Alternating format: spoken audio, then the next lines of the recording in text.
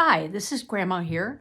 We found out in chapter 13 at the end that something is going to be happening because it's dark outside when it should be twilight, and they are afraid it's rain. Now, how is it that rain is going to be bad? Well, we'll find out. Chapter 14, Rain. But that couldn't be. Why, it would spoil everything. The children couldn't go down to the snake with their bricks of gold if the rain melted the snow and spoiled their sled track.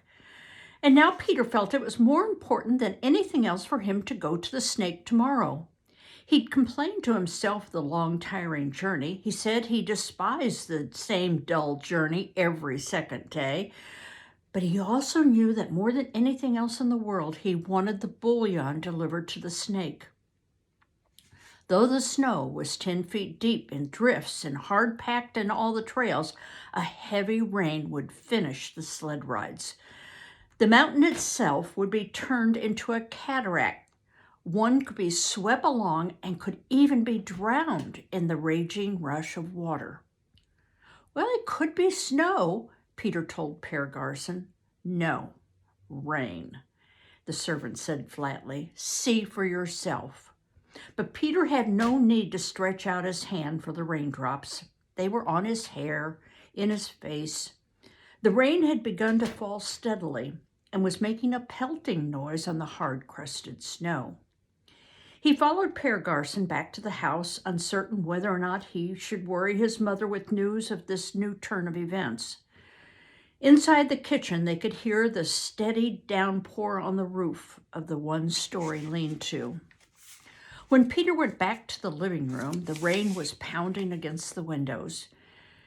It could be heard through the panes of the double storm glass. No need to be afraid of telling his mother. Her look said that the rain could only be regarded as a calamity. It does seem a shame. Her head was bent over her knitting. We've had trouble enough, and now this. But what will we do, Mother? I don't know.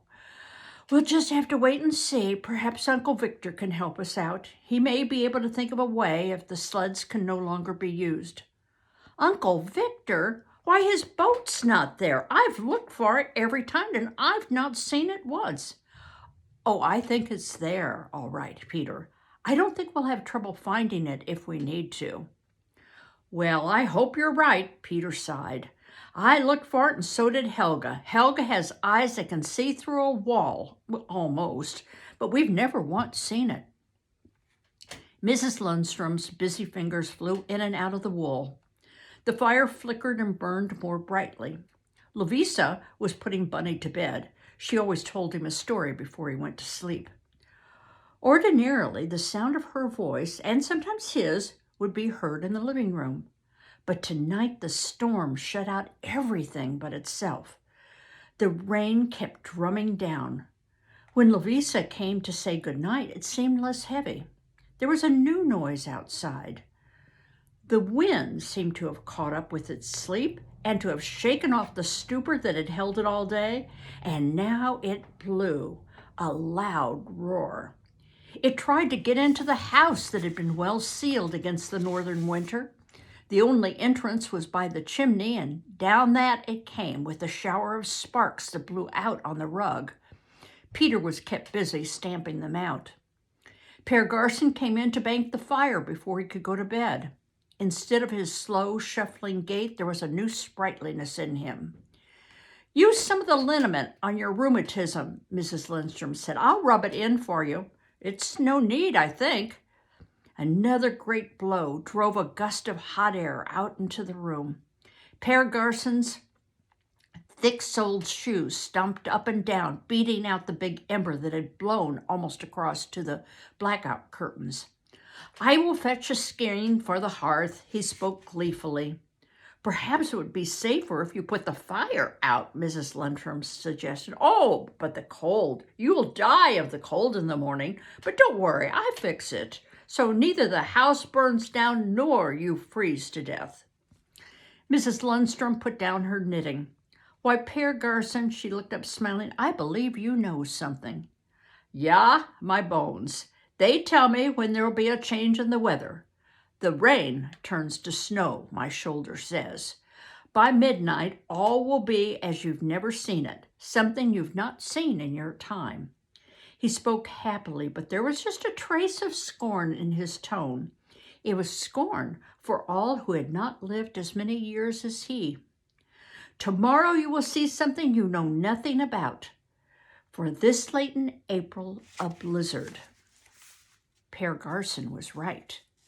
The next morning, the world was a raging white fury. The Lundstrom house rocked through the night as the storm battered and pounded and pummeled.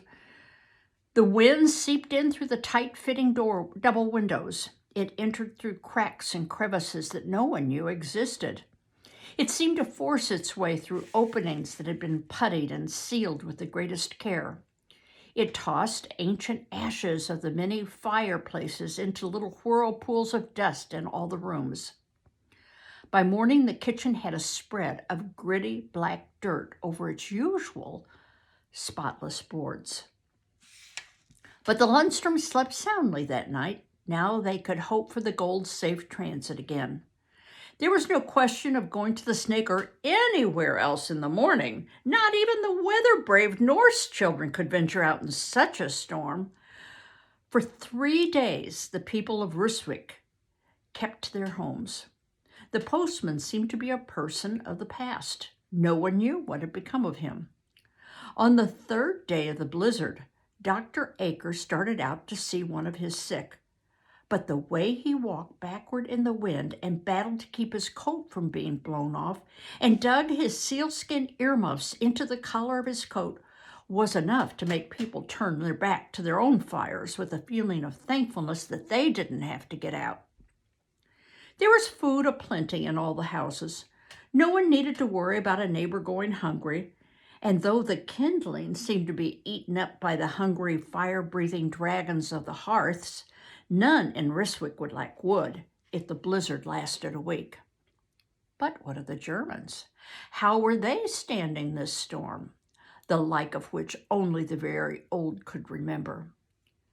Well, what of the Germans? Nothing could be done for them anyway, and since nobody had invited them to come up to the Arctic Circle to share a Norway blizzard, they would have to manage the best they could. Their buildings were erected hurriedly, and without the many inventive devices the Norwegians used to secure their own homes against the cold. If their barracks blow over, they'll be good and mad, Lovisa chuckled. She was enjoying being snowbound, as was every member of the Lundstrom household, including Bunny, who had missed his brother and sister on their trips away from home. Now he was overjoyed to be the center of attention again. He'd been almost adored and was close to being spoiled before the Germans came to Norway. Since then, Peter and Lovisa played with him only when they had time and were not too tired. In some ways that Bunny didn't quite understand, he knew it was the Germans who interfered with his fun. Now it was the same as it was before they came. So Bunny was happy, and so was the rest of the household. But the happiest of all was Per Garson. His bones? Why, they must have felt like a kitten's. He went about his task with light, quick steps. His stooped shoulders straightened whenever he wasn't carrying heavy armloads of wood or bringing in rugs or blankets to cover the cracks where the snow came whirling in. Yes, Per Garson was in fine spirits. But you've seen nothing at all, he kept saying. If you don't remember the blizzard of '89, that would be 1889, you don't know what cold weather is. Why, this is nothing but a cold snap. Mrs. Lundstrom had to laugh. This is bad enough for me, Per, and I guess for everyone else. Peter thought he would go into the kitchen to read the barometer. They were all eager to know what to expect of the weather on the morrow. What's the use, Louisa drawled. Just ask Per Garson. Per, what do your bones say? My bones say you stop mocking. He shook his fist at her. Playfully, I'm sure. Chapter 15. The new snow was sparkling white sheet that spread over everything. The windows of the houses had shaggy white eyebrows, and the doors were all but blocked up with dense woolly beards. The sunlight scattered handsful of diamonds over the streets. In the yards were crystal prisms that showed every color of the rainbow where the sun touched the glittering white. Throughout Ryswick was a flurry of snow shoveling the day the blizzard subsided. It commenced from almost the earliest light.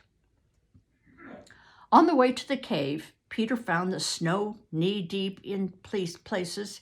He would sink into it, but his light sled rode on top, or would drop but a few inches below the crest. His team had the rare pleasure of making fresh footprints in the white world of the forest. Only the animals had preceded them, for Per Garson's skis cut across the hills where feet and sleds could not follow. So the new snow showed only the stars of small animal paws, and now and then a round spot where a rabbit might have sat on his haunches. After a time, Peter saw ski marks and noted that several pairs of snowshoes had traveled into the forest that morning. He had an uneasy feeling. The ski trail was not Per Garson's, for he would have come from an entirely different direction. Near the cave, he picked up another trail that seemed to come to a great loop from behind the evergreens of the cave entrance. Then further on, the loop sent off a shoot the way a branch grows out of a tree. Peter was cautious about approaching the cave. He was not going to walk into a trap. When he first came on the ski trail, he warned his team to silence, so the 10 of them moved over the snow as quietly as possible. Near the cave, he lined his boys and girls behind a thick clump of bushes that the new snow had made into a solid blot of white. Leaving them to guard his sled, he quietly followed the trail into the cave. He would not have been surprised to see gray Nazi uniforms inside, but instead there was only Per Garson wiping his forehead on his sleeve. Peter's stealthy approach was not lost on old Per. "So you was frightened, eh? You think you come on Germans. I should have told you it was only us." "There are snowshoe trails, too, down the gully beyond the troll's tree." Nah, not to worry about them. Miles and Ole made them. 1 hour more, then there will be trails 1 hour more, then there will be trails all ways you can look, of snowshoes, of skis, and of just plain feet. No one could find the way here by following the marks you boys and girls make with your boots and sleds.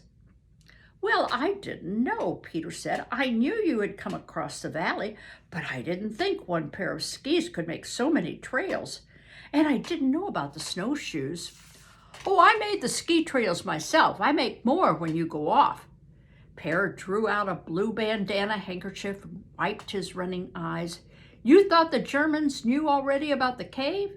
"Not yet, but we must be careful, or they'll learn." "So you and Ole and Miles are making a lot of trails so they can't follow?" Peter had to admire the forethought behind this. "And why not? Without them, what could be easier than to know everything? As plain as the noses on their faces would be the way. From all the houses come footprints and sled marks. They all go to one place, to the woods. So if you're a German, what do? You follow the tracks that lead you to a cave that is no cave at all. Only what was put there by someone with something to hide. Well, what is there to hide? Nothing but these brown bricks. And what are these bricks for? They're not to build a wall. One doesn't wrap such bricks in brown covers. And they're not for the fire. It takes only a minute to slit open the covers. And what do you find? Why, just plain gold. Gold enough to pave a street." It was a long speech for Per Garson, longer than any Peter had ever heard from him. Nor was that all of it either. "And if you think we're going to let the Germans have this gold just by following the footprints that go straight as arrows, you're mistaken, Master Peter. What a vast amount of detail this undertaking required. Why, the grown-ups thought of everything. Peter could not help being impressed with the precautions that were being taken to prevent discovery. He felt that his safety and that of the children was being guarded to the utmost. He felt glad that he knew about this, but Peer Garson did not allow him much time for reflection. "Where's your sled?" he asked sharply. Peter replied with a scurry through the door. "It's all right, kids," he called. "Come on, bring my sled." The storm hadn't destroyed the German barracks. This the children could see when they reached the lookout. Beaten by the wind and lashed by the sea, they still stood trim beside the fishing pier. One of the Nazi warehouses had suffered some damage, for a crew of workers was busy repairing the roof. The big fjord had been on a rampage because there was wreckage along its shore. But whether it was German or Norse property that had been carried away, the children couldn't tell. The Nazis didn't know what to make of the storm, Helga decided when her team reached the point where the beach lay spread before her. Peter's team was already there. His boys and girls had lunched and were about to start down the mountain to the Snake. "They didn't know whether they'd be drowned like the people in the flood of the Bible," she said. "They wouldn't have time to build an ark." In any event, being housebound for 3 days hadn't improved the commandant's disposition. Peter could see that from where he was watching. The head officer was striding up and down before the barracks. And here's a picture of Peter and the head officer of the Germans. Hands behind his back, he would now and again lift a leather riding crop to shake it at someone who displeased him. Even up at the lookout, they could hear the snarl of his voice. "He's telling them they are stupid as Norwegians." Helga had studied a little German and was translating for her team. "He says that the people of this country have better sense than they, for they built their houses for this crazy wild weather in this part of the world." "He must think we have blizzards like this all the time," Peter cut in. Helga went on. "He says that if he'd been there when the barracks were started, they wouldn't have had all this trouble." "I guess the storm did more damage than we know," Peter concluded as he gathered his team together for the final push to the Snake. Down on the beach, Peter had his first brush with the commandant. "Big boy like you playing with sled," he taunted. "In Germany, you'd be one of the Hitler's youth. You'd learn to march. You'd be on your way to being a soldier." "Don't want to learn to march. Don't want to be a soldier like you," Peter said under his breath. "I could use a boy like you," the commandant went on, "to polish my boots and bring me shaving water. What about it, boy? Would you like to come live here in the barracks?" Peter, of course, made no reply. The commandant stood directly above him. Seated on his sled, he began to be afraid the officer would yank him up by his coat. "Speak, boy, are you dumb?" But Peter had no words to say. He was too frightened to speak, even if it were not forbidden. "Dumb, stupid cattle, you Norwegians." The commandant turned on his heel. "You deserve to lose your country. You're too brainless to defend it. But we'll put an end to this sled riding. There's no sense in a whole country growing up in ignorance. On Monday, you go back to school." Well, wonder if he can force them to go back to school. Well, we'll find out in the next chapters. Bye-bye.